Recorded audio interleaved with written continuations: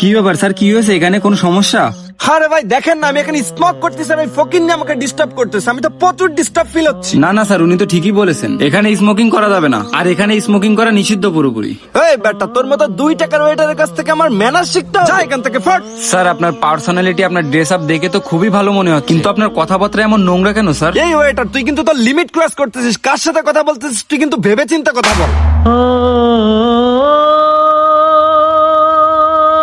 আরে এখন তো দেখি ওয়েটারের সাথেও খারাপ ব্যবহার করতেছে। এই ভাই, এই থামেন, আপনি ওয়েটারের সাথে খারাপ ব্যবহার করতেছেন কেন? শালার ফকিন্নির বাচ্চা, তোকে না আগে একবার বলছি তুই আমার কথার ভিতরে নাক গলাবি না, তারপরও কথা বলতেছিস। ভাই আপনি কিন্তু এতক্ষণ রীতিমতো আমাকে অপমান করেছেন, আপনাকে আমি কিচ্ছু বলি নাই, কিন্তু আপনি এই রেস্টুরেন্টের ওয়েটারের সাথে এখন খারাপ ব্যবহার করতেছেন, এটা কিন্তু আপনি মোটেও ঠিক করতেছেন না। এই বেটা, সামান্য এরকম একটা রেস্টুরেন্টের ওয়েটারের সাথে কি এমন ভালো ব্যবহার করতে হবে? আমি এখানে যে ডিলটা করতে আসছি না, সেই ডিলটা সাকসেস হলে এরকম 100টা রেস্টুরেন্ট আমি কিনতে পারবো। ইভেন এই রেস্টুরেন্টটাও আমি কিনে নিব, নিয়ে সর্বপ্রথম এই ওয়েটারকে এখান থেকে আমি বের করার ব্যবস্থা করব।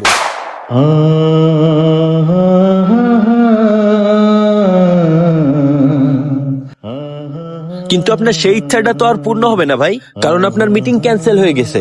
হোয়াট? এই ফকিন্নির বাচ্চা মিটিং ক্যান্সেল হয়ে গেছে মানে? হ্যালো সজীব সাহেব। হ্যাঁ নাসিম সাহেব, আপনার ডিলটা ক্যান্সেল হয়ে গেছে। হোয়াট? আমি তো সেই কখন থেকে এই রেস্টুরেন্টের ভিতরে বসে আছি, স্যার তো এখনো আসে না। না না, আপনি ভুল করছেন, স্যার আপনার সামনে আছে এবং উনি আপনাকে টেস্ট করার জন্য নর্মাল ড্রেসে গিয়েছেন।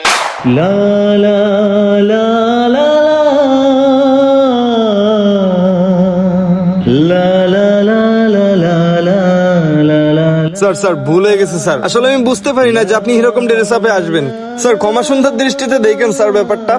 আমি ভেবেছিলাম আপনার সাথে আজকে ডিলটা কমপ্লিট করব, কিন্তু আপনি আমার সাথে যে ব্যবহারটা করেছেন না, সেটা দেখেই আমি বুঝতে পেরেছি যে আপনি আমাদের কোম্পানিতে হাই র্যাঙ্ক পাওয়া তো দূরের কথা, আপনি আমাদের ইন্ডাস্ট্রিতে থাকারই যোগ্য না। এজন্য আমি আজকে থেকে আপনাকে ইন্ডাস্ট্রি থেকে বের করে দিলাম। You are out of my industry.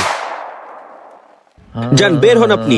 Sir sir please sir, sir sir শেষবার। আরে দাঁড়ান দাঁড়ান স্যার, আপনি এত বড় মানুষ আমার পা ধরতে যাচ্ছেন কেন স্যার? শুনেন, আপনাকে একটা কথা বলি, আসলে মানুষের টাকা পয়সার থেকে মনুষ্যত্বটাই বড়, কিন্তু আপনার ভিতরে সেই মনুষ্যত্ব বোধটা নেই।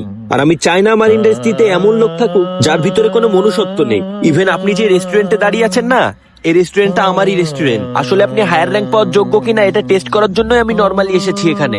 আপনি লেখাপড়া করে হয়তো হায়ার এডুকেশন নিয়েছেন, কিন্তু আপনার ভিতরে কোনো শিক্ষার আলো নেই। আর শিক্ষার আলো যদি একটা মানুষের ভিতরে না থাকে, সে আর মানুষের মধ্যেই পড়ে না। তাই আপনি আমাদের ইন্ডাস্ট্রি থেকে আজকে থেকে আউট হয়ে গেলেন। এই মামুন, ঘাট ধাক্কা দিয়ে বের করো এনাকে। এই স্যার, যা, please, চল, স্যার, বেরো, স্যার। থাকবি এখান থেকে, সর। আসলে উচ্চ শিক্ষিত হওয়ার আগে মনুষ্যত্বের শিক্ষায় আগে শিক্ষিত হতে হবে। মানুষ হয়েও যদি আপনার ভিতরে মনুষ্যত্ব না থাকে, তাহলে আপনি মানুষরূপী অমানুষ বলে গণ্য হবে, এবং আপনি মানুষের সাথে যেই ব্যবহারটা করবেন, দিন শেষে সেই ব্যবহারটাই আপনার কাছে বহুগুণে ফিরে আসবে।